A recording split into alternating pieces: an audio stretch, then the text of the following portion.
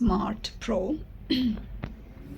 So we have the option of either 49 degrees, which is like a very small, it's 49 minutes, or we have the fast one, which is the rapid.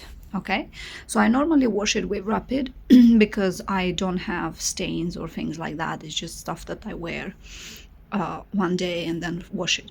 And then after this is finished, you can put it to heat.